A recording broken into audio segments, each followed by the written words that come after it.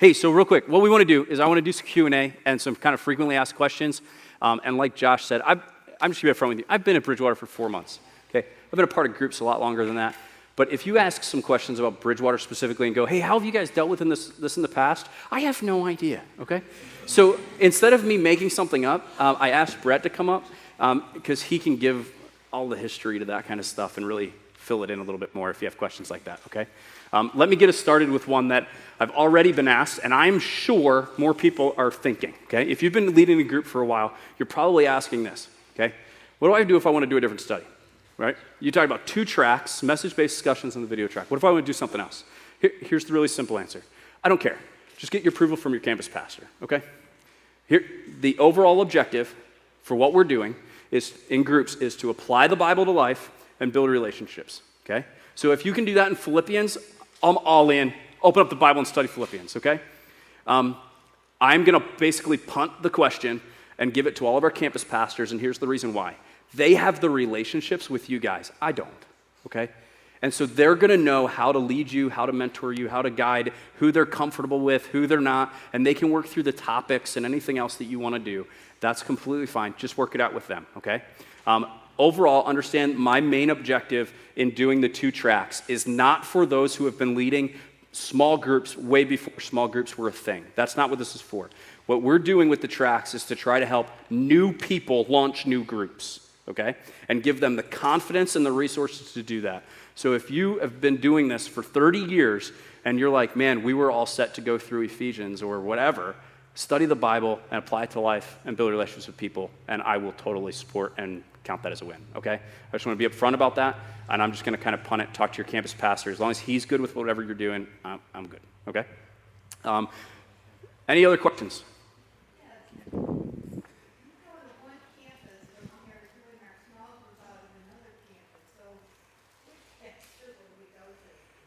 Okay, so the question, in case you didn't hear, is because of where they live or whatever, they attend one campus, but their small group is kind of housed out of another one, so who would they talk to?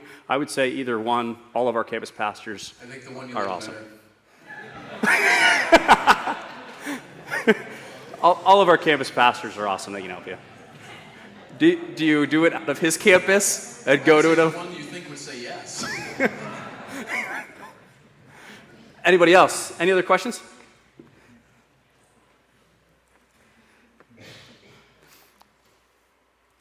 Did you have one?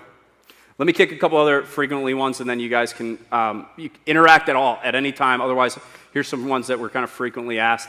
How do you get someone to stop talking? Somebody brought this up earlier. Somebody's totally monopolizing the conversation. How do you get them to stop talking? Brett, how have you done that in the past? I tell them to shut up. It tends to work.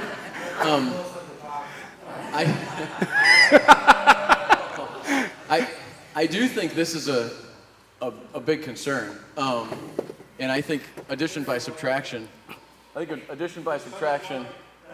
mic doesn't work. You turn off the mic. I'm answering the question. Oh, Ben, you gunky. I think addition by subtraction sometimes works best. I mean, removing somebody from a group sometimes makes a group go so much better than you ever thought, because that one person can just make the environment toxic. I usually start with a conversation outside of the group and hope that goes well. Having a conversation within the group when it happens is not the right time. Just get through the night and then have a conversation after. Their heart will come out in their response. Sometimes I just had in our group this last year a couple stop attending because I had the conversation after the group, and I think it helped our group that they didn't come anymore. But it's painful.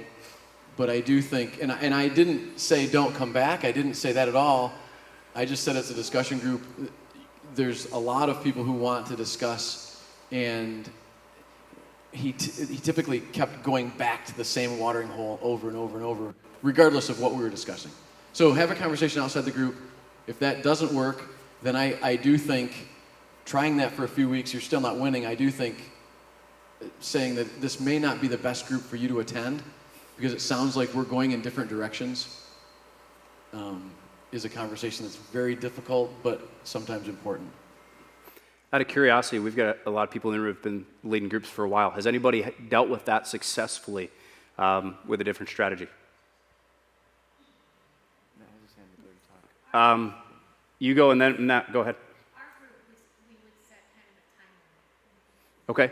You know what I mean? Like, okay, your 2 minutes is up, and we go to another person. And we had a Yeah. really nice, jovial female in the group. She was the timekeeper.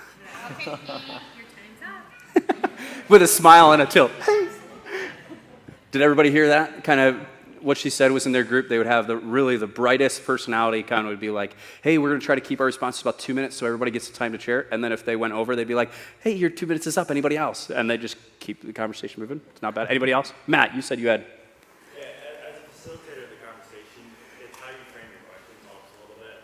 So rather than just asking an open-ended question, what are your thoughts on this? Immediately your vocal person is going to go, let me give my thoughts first. But I had 2 of them in my group this last year, so I'm very well versed, unfortunately. Find people in your group who are confident to answer and ask them name-specific questions. Right? So what do you think of that, Billy? What do you think of that, Jim?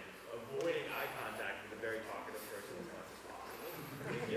Seriously. No, he's right. You don't even visually acknowledge that that person is there. Otherwise, they'll think, oh, that eye contact was my cue to speak now.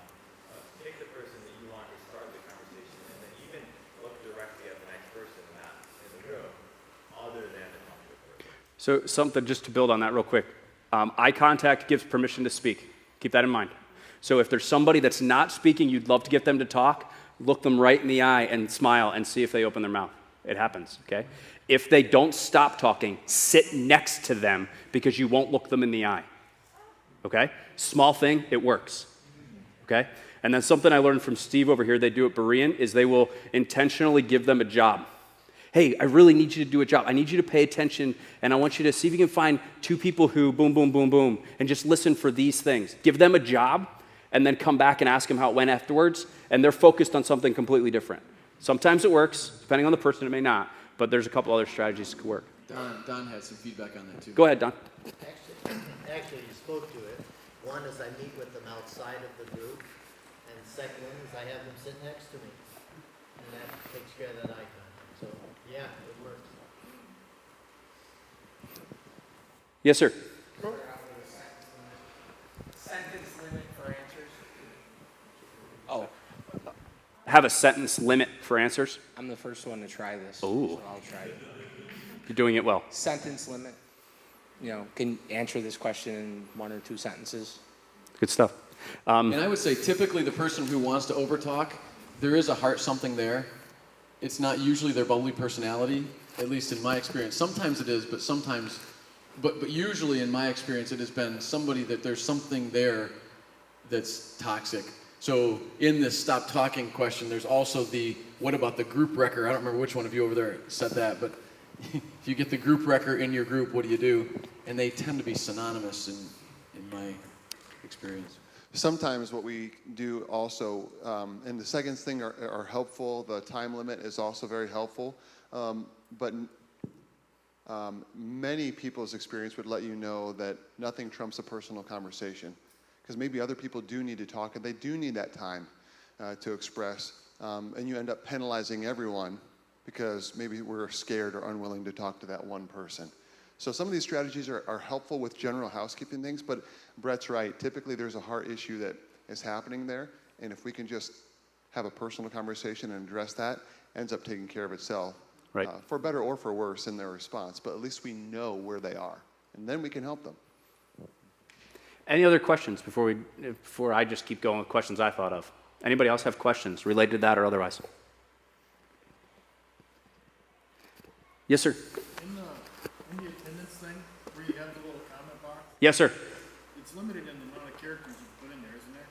I mean, you can, because I have used that before, and I'll say, we're studying such and such, and something else happened that was a good thing. I run out of characters sometimes. Does anybody else have that issue? I don't know that that's true. I have no reason not to believe you, though. So I would simply say if that happens, just go to the next box and continue your You know what I mean? I think there's 4 boxes there. Just keep talking. or stop short and say, hey, contact me, I'll give you the rest of the story, and then I can talk to you. Let's hit another one of the questions up on the screen, and we can go from there. What do you do with kids? Brett, you have consistently had groups with kids. What do you do? Yes, part of that is my fault. I've had a lot of children. Several different ways. We met at the Williams house, so at a house up here, and we had the children at the group, and they would go down the hallway, and they would do something on their own. Actually, Avonlea and Eric, my two oldest, were in charge of the kids, and they had coloring sheets, and they had a lesson, and they did something down there in those rooms, and all the children went down there. So we were together at first, rating the food. They went down there, we did our discussion, they did their thing, and then we got back together at the end. So that's one way we have done it. Now we do our small group on the same time we have a midweek kids ministry program, so Voyager. And Voyager is highly utilized by our group. I think there are 20 kids in Voyager from our small group alone. And it's an incredible opportunity to have my kids in the same building, but not in the same room. And junior high and senior high kids, as they grade out, the children from our group then serve in Voyager. And so they can still be around.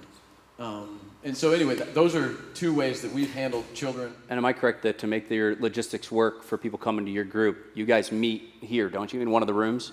We do. We meet here. We haven't always met here, though. We did meet down the road at a business for a couple of years. There's still a group that meets down the road for a business. So they drop their kids off, they run down there, they do small group, they run back, and hopefully pick up their children. Now, some campuses don't have Voyager for Bridgewater. A couple of them do, a couple of them don't. That's one of the positives to discuss doing it, but it does have a lot of volunteer hours associated to it, and so sometimes it works, sometimes it doesn't. But as far as getting it off the ground, but that's something to talk to your campus pastor about, and he can kind of make the call on that. But and we've found, I have a 21-year-old down to an 8-year-old. We have found that in our family, our kids get to serve and learn how to serve in a ministry. Adults get to have small group and learn about what God says, and the children get to go learn about Jesus in Voyager. It's a win-win-win it has been a win-win-win for our small group over the years. Anybody else? Done something successfully? Thanks, Josh. Yeah, I joked around about organized chaos, but to some extent, if you're going to have a lot of kids in your group, the parents just have to realize that there's going to be interruptions. There are nights that we have a great plan for a study, and it just becomes a fellowship night because the kids aren't going to be able to make it that night, right? It's obvious. And so your parents, so just sort of roll with the punches, I think, is my advice. Yeah. Yeah, and I would say, Chad, that we have always, as far back as I can remember, had little babies crawling around. And I've just chosen not to let that bother us. Right. And I've said we love young families, we love babies. So we pass them around, and we just embrace it. Anybody else? Yes, sir. Okay. One is we did do the same thing in terms of a children's ministry. We had a Awana on Friday night. Half of our groups met in homes, dropped their kids, so they had a beginning and an end that worked very well. Others that worked during the week, a number of our groups had 2 different homes involved. There was a hospitality home for children and the hospitality home for the group, meeting in very close proximity, and that one worked very, very well with the children as well, also. Yeah. Any other questions?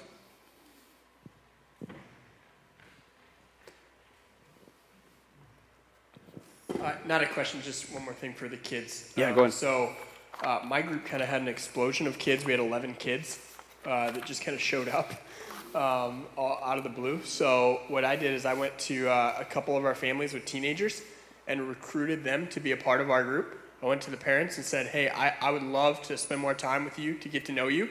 And if your teens are up for it, I'd love to mobilize them to help with the kids. So we have 2 different families with teens that we recruited. to come and be a part of our group. And the teens are there. They know like their job is to serve and to help with the kids, and they do a great job of that. So sometimes it's even strategically recruiting somebody that can be there for the express purpose of helping with the kids. Yeah. Some of the other things I've seen people do, I've seen people kind of take a collection to pay a babysitter. That helps sometimes. Other times is just kind of tell people ahead of time, hey, we're asking you to set up childcare for yourself so that we don't have kids there. Sometimes that works, sometimes it doesn't. I don't really think, overall, here's what I would tell you, I don't ever remember seeing a silver bullet for dealing with this question. You've got to figure it out with your group what works, what's going to be profitable, what parents are comfortable with, and then navigate it and work through it together. We rotated through parents for a while, but then found that the parents who were on duty that week wouldn't show up. So, I mean, we tried that, and it just, yeah. Any other questions? Let me kick the next one up here real quick. Somebody brought this up earlier. How do you make your group sticky? I'm going to start us off, and then you can... actually, I'm going to kick it to you guys. What have you done to make your group sticky? What we mean by sticky would be people come and they stay. You don't see a revolving door at your group. What have you guys found as ways to see that take place? Anybody had success there?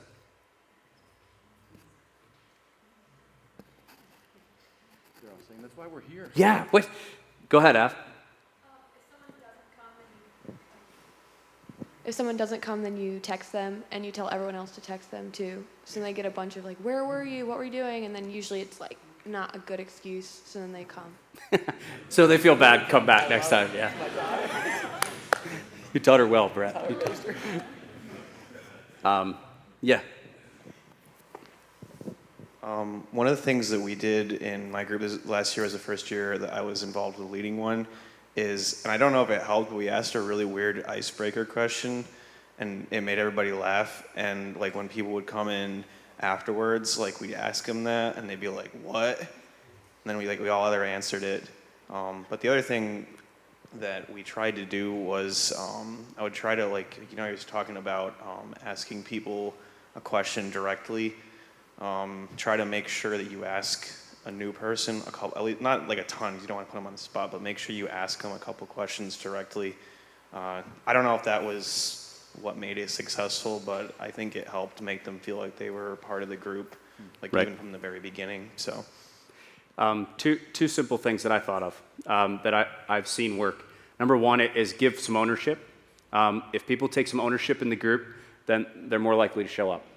The best and simplest way I've done that in my groups in the past is with food. If you pick somebody and say, you're responsible for dinner, they're pretty overwhelmed. But if you pick something like tacos and say, Steve, you're bringing lettuce. Ethan, what can you bring? He goes, I'll bring tomatoes.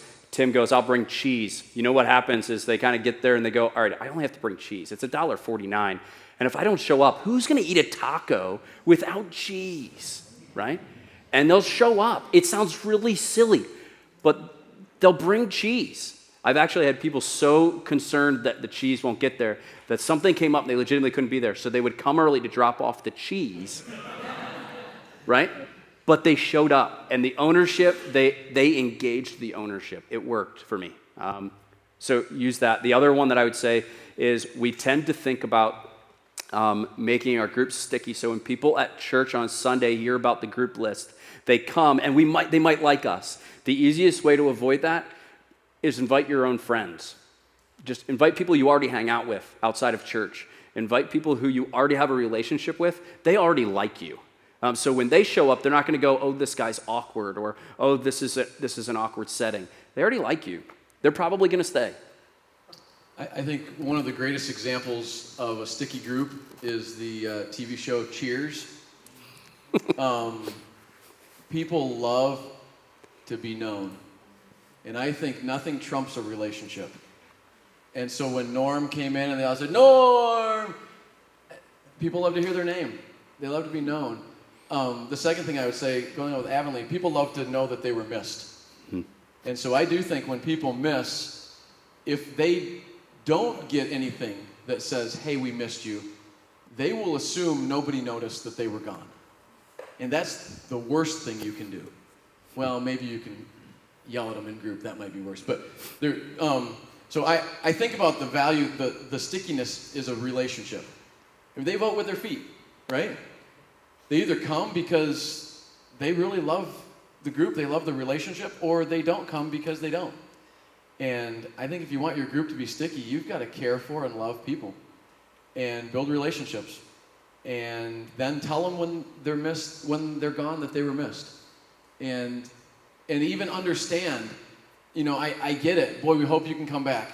You know, one person got a knee replacement in our group last year. Well, every week, just how are you doing? How are you doing? And then we celebrated the week they came back with, you know, when they could finally come back. And they felt missed. And I think, don't underestimate the power of relationships and just loving people.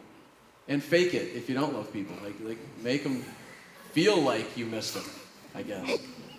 Don is raising his hand like he's good at that. Yeah, one of the things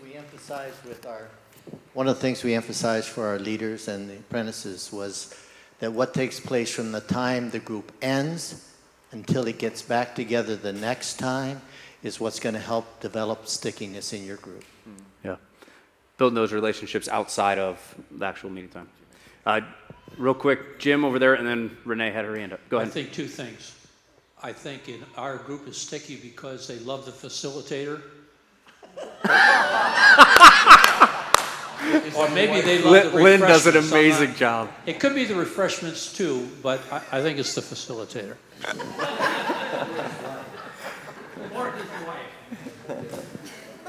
We have a Facebook page, and when we start, I made it very clear that we have a women's group that I do, but that anything that's talked about at our small group stays within our small group, so trust is very, very important. And if somebody brings up a special request, then during the week we will talk about it on our face group. If somebody their child was having an operation or something was happening at work, one of us, or usually myself, will get on our Facebook page and say, how did that go this week? And then the rest of us will respond. If somebody doesn't come that week, we get on there and we just all say, we missed you this week. We hope everything's good. Is there anything that we can do for each other? They also know that they can text at any time. I just got a text in the middle of the night from one of our people, and I just got on our Facebook page and just said, we have an unspoken request from one of our small group. And right away, they were on there, we're praying, so that they all know that they're valued. Can I say something? Yeah. Renee, I think Renee's onto something. It's one thing if the leader cares about you and misses you. It's a totally another level of stickiness when the whole group misses you and loves you. And I think if you want a sticky group, have a bunch of sticky people and have that in your DNA. That when somebody's missing, they're the ones who are chasing, not you. Right. The other thing that she said, I'll touch on real quick, was there are things that will automatically, people will pretty much leave. And one of them is if you break the confidentiality of a group, okay? You could say, man, we're so sticky, but then if somebody breaks confidentiality, something that was shared from their heart, they find out was getting discussed all over the place, they are gone. And so you gotta be careful with that. That's one of those things, just a quick plug. If you do that circle up thing we were talking about earlier, that's one of the expectations they set in there and communicate for the group. Hey, confidentiality here. Things that are shared here stay here because we're building relationships and this isn't for everybody else. We're just right here. Anybody else? Or anything else in there? Any other questions? Go to the next one here. How do you find potential leaders? How do you find potential leaders to help co-lead or to help lead another group? Brett, you've been doing this a long time. How have you done that? How have you guys at Bridgewater I think that's harder than growing a group. I thought you were going to say how do you grow a group, and I would say you'd invite everybody and their brother. Just invite 100 people. I mean, even if you get 10%, you got 10 people. I mean, but potential leaders, I think that's more and more difficult. I do believe that as you watch your group and as you give away responsibility, you will see people rise to the occasion. And then I would say you reward the people who rise. And I do think that eventually you will find co-leaders then who can lead when you're gone, well then there's a potential leader. And eventually then you say something like I said to Kevin this week, which was, I think you could really lead a group.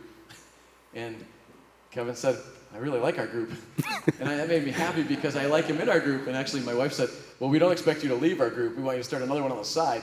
But I do think that people do rise to the level that you call them to oftentimes. And then those are the ones that are your potential leaders.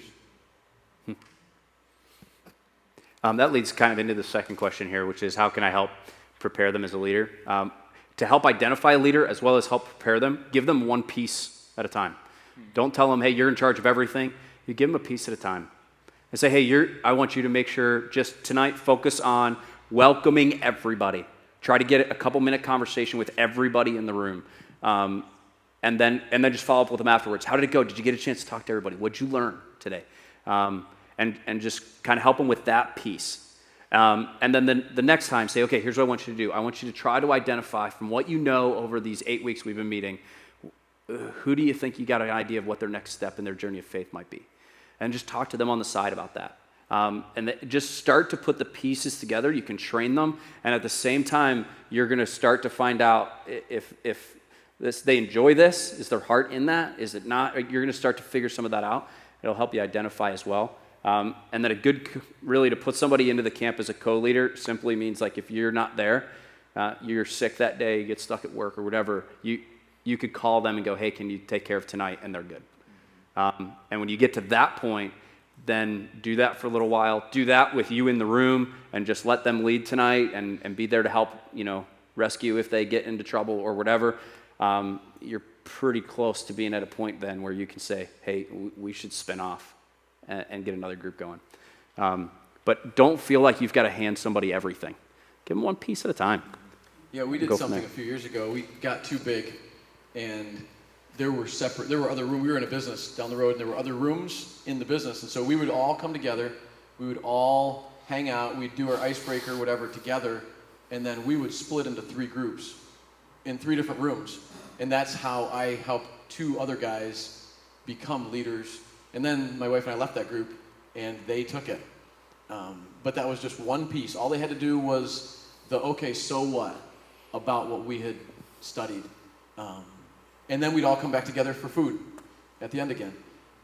Some people do that upstairs, downstairs. Some people do that with ladies upstairs, men downstairs. And you just start seeing people rise to the occasion. Most anybody can lead a little discussion. Well, then you just give them a little more. I love that. Can you say that again? You mentioned leaving that group. Can you talk about that in terms of multiplying a group? Yeah, one of the hardest things that my wife and I do is we leave the groups. So every 2 years we abandon our group, which means that they have to be ready to go on their own. But that's a win for us because we want more groups that are inviting people. So some people have been with the same group for 25 years. Hey, God bless them. That's not for me. Because there's hundreds of people who need groups. And so Nicole and I, every 2 years, have left the group and went on and started a brand new one with people who are far from God, usually.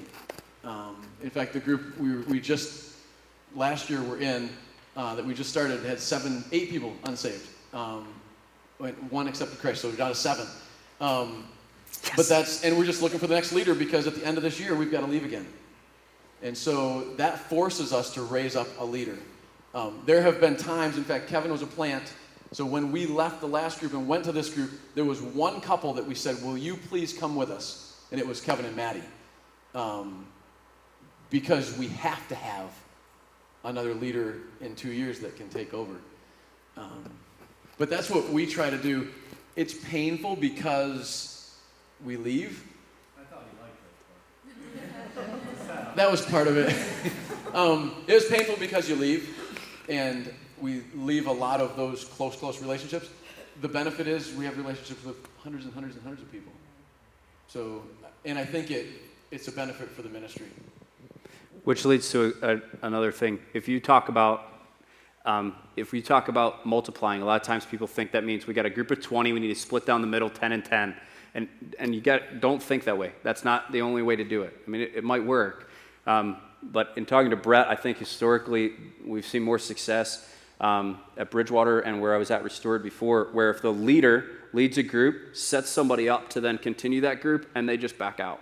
They already have the relationships. So the new leader, they're already willing to give grace. They know them, and they can continue. And you can say, hey, we're just going to take one couple with us. We're going to go this way and go over here. That seems to work better, in my opinion. It's not the only way, but when you're talking about spinning off, sometimes it's hard to just divide a group. People love their group, but if the leader's willing to just go, I'm going to pull off, go over here. The other thing is, to divide the group, you've got to bank on everybody is bought into the strategy, and I'm not sure that we could assume everybody is bought into the same level of multiplying groups as the leader is. Right. And I would say as a pastor, they're going to follow the pastor typically. Like it's just not, it just isn't fair. Like it doesn't really work. Or they follow a personality. So yeah, the splitting is tough. But when we leave, it's only tough on us. Josh, somebody had a question back there. It's not a question, but I think say how you would consider a leader, I think back to what it was that brought me to think I wanted to be a leader. How you just become familiar with the group enough that you start to insert whatever things that kind of bring everybody's into a companionship, and pretty soon you find you could be the leader. Yeah, that's so true. You got anything to add, or any last questions? Give you a chance. If anybody else got a question? I would say invite. And when you think you're done inviting, invite more. Yeah. Really, don't, and never say, well, I can't find anyone to invite. There are always people to invite. Invite your unsafe neighbor. We've had tons of people come through our small groups over the years who came to small group way before they came to church. So look at that as a front door. And when you come up along a series that you think is going to apply, just invite a bunch of people who don't even go to your church. Think outside the box. Invite the guy at the gym to come to small group. If he likes you, he may like the group. So don't be so focused on the little pool that you think you have. The pool is much, much larger. I think sometimes we get stuck on this, well, these are the people in my row, they're the only ones I can invite. No. And I said I love this box, by the way, that Tim put together. And the one thing I said to him is, all right, you better tell me where I can get more invite cards. Here's 10 more. Because last year, my wife and I probably did invite 80 people to small group. Now, we ended up with about 30, which shows me it's about time to go away again. But we just invite, and we tell our group, invite, because we want that to be part of their DNA when we're gone. So please don't have a small focus, have a big focus. So if you guys open up your lunch kits, if you have one in your hand, if you grab these invites, you're going to have in a paper clip, there's 10 of them here, okay? My goal is to get a box of these by the time groups start up, or in the next couple weeks, we're going to put a box at each welcome center. And if you need more, just go to your welcome center, and you can grab as many as you need so you can keep inviting people, okay? It's helpful if you have something like this so you can give it to them. They have something to remember. They know the time, all that kind of stuff. But don't stop at 10 like he said. And so based on his questioning to me in the last couple weeks, we made a ton more of these things, and we'll have them at all of the welcome centers. Just go and grab some, okay? We've got a couple more books here to give away, and then we're going to kick out to our breakouts. When we kick out to the breakouts, basically, just so you guys know, you're going to be working with your campus pastor and your campus champions or whatever, just to go through some of the stuff for your campus. When you're done that, just a heads up, you are free to leave. However long you guys take in those settings is completely up to your team and your campus guys. And so as you have those discussions and talk about how some of the stuff we discussed this morning plays out in your campus, at your groups, your campus pastors will kind of lead you through all that, and I'll let them take it from there. If you go to the map in the front and look at the schedule, see what room you're in, follow that map, it'll get you there. If you need any help, we've got a ton of people here who can kind of point you in the right direction if you're not from this campus, okay? So if you're not from Bridgewater? If you're not from Bridgewater, we're going to meet in the room all the way down the end of the lobby by the cafe. There's a door just to the left of the cafe between where all the snacks were and the coffee. Just head right in there. We're going to meet there. Montrose, you're staying right in here, okay? So we can go from there. Sound good? Okay, so real quick, who drove the farthest to get here today? Did anybody drive more than 50 miles? How about 40? 50 miles. Wait, you're I'm not even sure you know. You're kind of he's pulling out Google Maps. How many out of everybody, I don't know, you may have asked this one already, but who's been leading small groups, the longest? Before small groups were a thing, okay? Like before it got like all over books and all that kind of stuff. Who was leading Bible studies in their living room to lead people to Jesus? Who's been doing that the longest? When did you start, Bob? Okay, I'm giving you a book regardless because that's like, I was born in 81. So when I was 2, this guy was leading people to Jesus. That's awesome. Anybody else back that far? How about you, Don? How long were you doing it? That's awesome. I got one more book. Anybody else? Anybody in the 70s leading Dad. Bible studies? Dad, I know Honestly? it was in the 60s at least. When did you start, Dr. Bixby?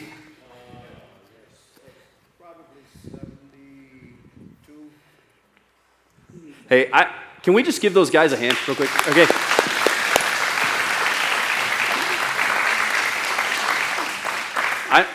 I'm just going to be honest with you. We talk about this. We're packaging it, and people in the church community packaging this stuff, small groups, and we're talking about with all these things. We're coming up with resources. This has been happening since Acts, guys. It's really simple. We're just building relationships with people and giving them the truth of Jesus Christ. Okay? That's it. That's all we're doing. And we're going to continue doing that until he comes back. And when he comes back, then we're just going to have a huge party and praise him face to face. Okay? That's all we're doing. Let me pray with you real quick, and then you guys kick out to your breakout groups. God, thank you so much. All this stuff's completely worthless if you don't show up. When we talk about our groups, we talk about building relationships, God. I'm wasting my time if I'm not seeking you. If you're not the center of my prayer, going, God, just show up tonight. God, help me just be so bought in to your truth, your word, your salvation that's presented freely as a gift to me. God, help me just to communicate that and articulate that clearly to everybody else. Help me not to seek confidence in a program or confidence in a skill level or an understanding, but just to be in all of the mystery of the gospel, that you would come here and save us, that you would make a way for your creation to be reconciled and redeemed. God, we're in all of you. Every week we come together as a church at all these campuses and the other churches represented, and we praise you and we worship you, and we continually are in awe and celebrate every time somebody else gets added to the family, every time somebody else takes a step of obedience in going public with their faith, or seeing victory over sin and repentance of sin and turning away from it. Anytime people share the gospel and speak boldly, whether it's in the 25% of people that turn out to be, seed that takes, or the 75 that doesn't. God, we're just going to keep casting the seed, and we're going to trust you to take care of the harvest. But God, we're just going to try to show up. We want to get in the game. We want to be here in the front seat and just continue in the front row to watch what you're doing and get a front row seat as you change our lives, as you change people's lives. God, help us to do that. Help us to be faithful. Help us to be diligent. Help us to be discerning. And help us just to watch where you move and follow you with everything we've got. God, we would much rather be in a room with 3 people and you show up than in a stadium full of thousands and you not be there. God, I just pray that you would show up, that you would show us where to be, that you would give us wisdom and discernment along the way. And we praise you in your name. Amen.